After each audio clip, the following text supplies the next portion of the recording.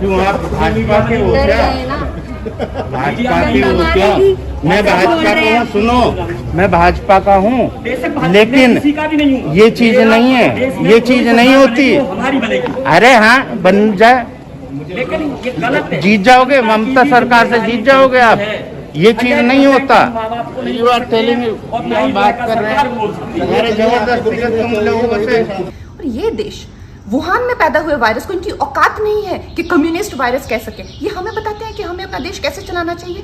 कौन होते हैं ये हमें? फर्स्ट वेव में अमेरिका की सारी कितनी ज्यादा पॉपुलेशन वाइप आउट हो गई। इटली में क्या हुआ सबने देखा। सेकेंड वेव अभी भी इंग्लैंड जूझ रहा है, हम भी जूझ रहे हैं, देयर इज नो डाउट। लेकिन उनको क्या किसी नेता का नाम उछला? उनकी डेमोक्रेसी का नाम उछला? हमें choose education next time, choose this, choose. तुम कौन होते हो हमें बताने वाले? हम खुद जूझेंगे और हम जूझ रहे हैं। लेकिन भारत सरकार को इन सब उपद्रवियों का कोई ना कोई तो इलाज ढूंढना चाहिए ताकि ये देश को बदनाम ना करें। जय हिंद।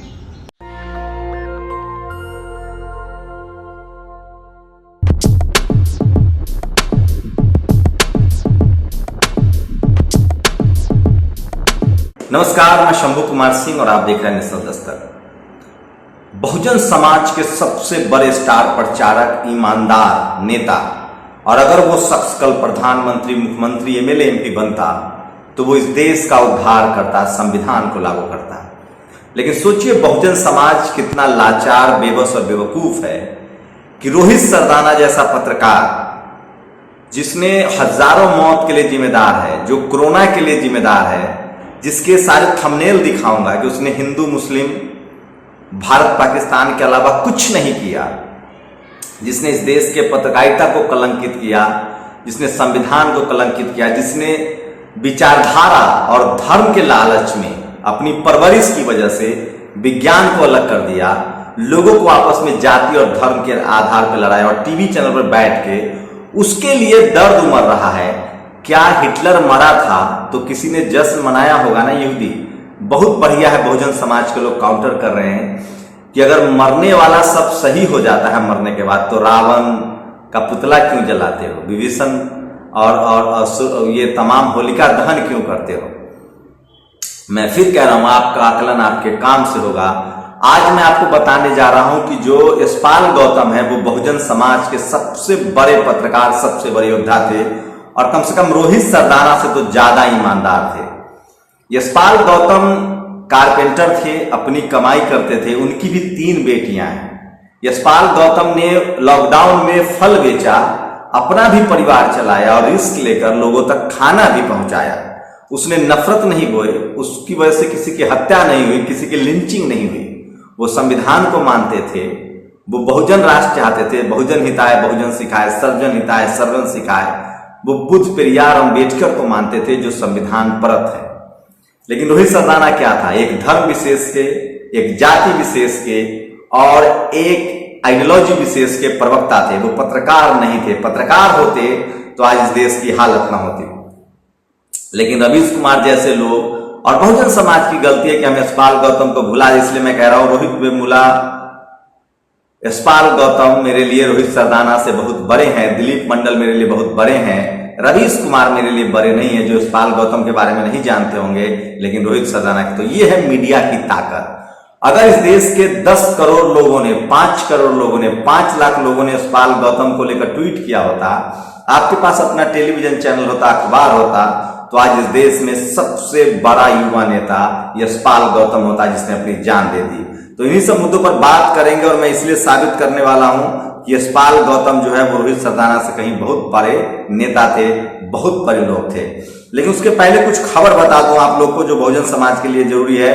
इस मौत के लिए मोदी जिम्मेदार है। रॉयटर्स की खबर है, मैं नहीं कह रहा हूं। कोरोना से मौत के लिए सीधे सीधे इस देश का प्रधानमंत्री जिम्मेदार है और उसकी वजह बता रहा हूं। रॉयटर्स की एक खबर है, ये देखिए, रॉयटर्स की एक खबर है, बहुत ही भयानक खबर है जो आपको समझना चाहिए। देखिए, रॉयटर्स का दावा है कि मोदी सरकार को सलाह देने वाले कम से कम 4 साइंटिस्टों ने मार्च की शुरुआत में चेतावनी दे दी थी कि कोरोना की दूसरी लहर आने वाली है, लेकिन प्रधानमंत्री नरेंद्र मोदी ने साइंटिस्टों की सलाह को न मानकर कोरोना को रोकने के लिए काम करने की जगह विधानसभा चुनाव में अपनी पार्टी भाजपा की जीत सुनिश्चित करने का विकल्प चुनते हुए पश्चिम बंगाल में 20 रैली, असम में 6, तमिलनाडु में 7 और केरल में 5 रैली करके देश भर में कोरोना फैलाने का निर्णय लिया।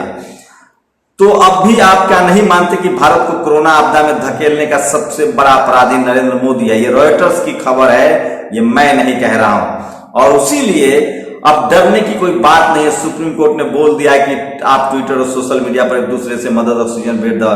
तो ये है रोहित वेमुला जैसे लोगों का पाप, जिसने प्रधानमंत्री से सवाल पूछने के बजाय हिंदू मुस्लिम किया। वो सब बताऊंगा। और इसलिए दिलीप मंडल लिखते हैं कि क्या एंकरों और पत्रकारों को इस बात का एहसास है कि वे सांप्रदायिकता का जो जहर समाज में घोलते हैं उसकी वजह से हिंसा की घटनाएं होती है, कितने परिवार उजड़ते हैं, कितनी औरतें विधवा होती हैं, कितने बच्चे अनाथ होते हैं। इस वजह से राजनीति का फोकस स्वास्थ्य शिक्षा से हट जाता है। मेरे ख्याल से नफरत करने वाले से ज्यादा खतरनाक नफरत फैलाने वाला होता है। और ये देखिए, इसमें किसने बनाया टुकड़े टुकड़े गैंग? गौरी लौकेश की हत्या का जिम्मेवार कौन? तब क्यों नहीं निकले थे एंकर के आंसू? क्यों नहीं कांपे थे हाथ? तो सोचिए मीडिया की ताकत। आज मैं इस बारे में बात नहीं करूंगा कि किस तरह से चैनलों ने हिंदू मुस्लिम का जहर फैलाया, किस तरह से रोहित वेमुला को विलेन बताया, किस तरह 2 अप्रैल को भारत बंद में शामिल दलितों को हिंसक बताया, कैसे अखलाक की हत्या को जायज ठहराया, कैसे तबलीगी जमात को कोरोना के लिए दोषी ठहराया, कैसे जब देश में कोरोना आया तो पूरा ध्यान सुशांत और रिया पर झोंक दिया। आज ये सब बात नहीं करते हैं। और ये मैं लगातार कह रहा हूं हमारे अस्पताल में। तो ये देखिए, मैं दुश्मन की मौत पर दुखी होने वाला इंसान हूं, पर ऐसे आदमी की मौत पर मन चाहकर भी दुखी नहीं हो पा रहा है। ये है रोहित सरदाना का ट्वीट। अल्लाह का दिया सब कुछ है, ईंट है, पत्थर है, तेजाब है, पेट्रोल बम है, चाकू है, तलवार है और बंदूक है और 14 इंच की फौज भी है, 14 बच्चों की फौज भी है, बस कागज नहीं है। इतने जहरीला था रोहित सरदाना। मैं रोहित सरदाना की वाइफ के फेसबुक पेज से आया हूं, वहां भी वो धार्मिक कर्मकांड फैला रही है। आप लोगों को लगता है कि होम करने से ऑक्सीजन बनेगा, तो रोहित सरदाना को मैं एक इंसान के तौर पे नमन करता हूं। मौत हुई है, लेकिन एक पत्रकार के तौर पे जिसकी वजह से उनकी पॉपुलैरिटी हो रही है, बिल्कुल वो एंटी नेशनल थे, संविधान के खिलाफ थे, मानवता के खिलाफ थे, हर किसी जाति विशेष और धर्म के समर्थक थे। एक थप्पड़ में सारा सोशल मीडिया। तो ये घर में शादी है पैसे नहीं कहकर कौन हंसता था? आज बहुत लोग आदर्शों की याद दिला रहे हैं, सोचा उन्हें भी कुछ याद दिला दो। सब लोग पूछ रहे हैं। और ये देखिए, रवीश कुमार कहता है कि 5 करोड़ रुपए मिले। रवीश, सोचिए, तो रावण का पुतला हर साल क्यों फूकते हो? होलिका की क्यों जलाते हो? महिषासुर के सीने में भाला क्यों घोपते हो? मर गए सो मर गए। ये कहना तो छोड़ दो कि मरने के बाद सम्मान करने की परंपरा है। बीपी सिंह और अर्जुन सिंह ने ओबीसी कोटा लगाए, मर गए दोनों, लेकिन आज भी उन्हें गालियां दी जाती हैं, गंदी गंदी गालियां। तो ये तमाम वो सवाल हैं जो सोशल मीडिया पर पूछे जा रहे हैं, पूछे जाने चाहिए। और रोहित सरदाना, मैं फिर कह रहा हूं, बहुजनों के लिए रोहित सरदाना से बड़ी खबर थी यशपाल गौतम। हमें यशपाल गौतम के साथ खड़ा होना पड़ेगा और इसलिए मैं कुछ ट्वीट्स लेकर आया हूं। जीवन अप्रत्याशित है, आप सबकी मिली सांत्वना। सोचिए, रोहित सरदाना की विचारधारा को उनकी पत्नी कह रही कि आगे बढ़ाएंगे, तो SC ST OBC माइनॉरिटी सोच ले कि उनका क्या होगा। सौरभ भास्कर ने आगे लिखा है, मैं उसको भी चाहता हूं।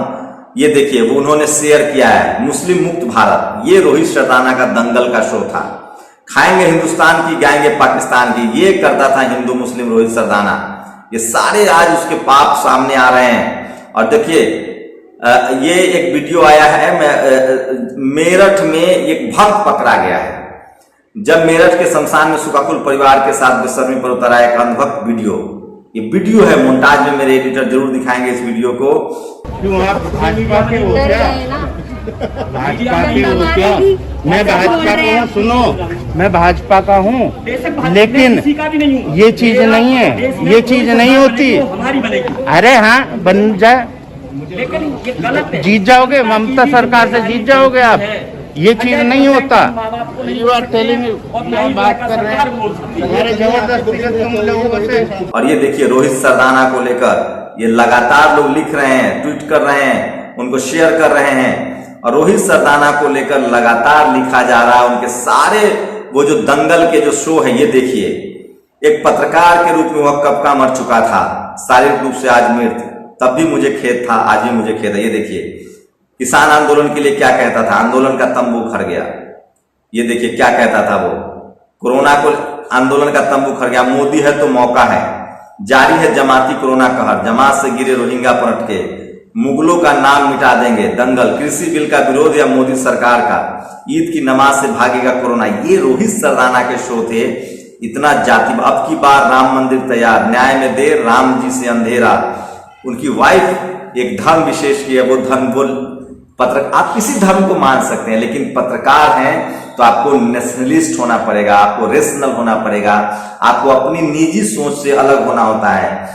मुस्लिम मुक्त भारत, राहुल गांधी आएंगे मंदिर वहीं बनाएंगे, भगवान की कसम मंदिर बनाएंगे हम, ये रामलला आएंगे मंदिर, ये सारे सोच रोहित सरदाना के थे।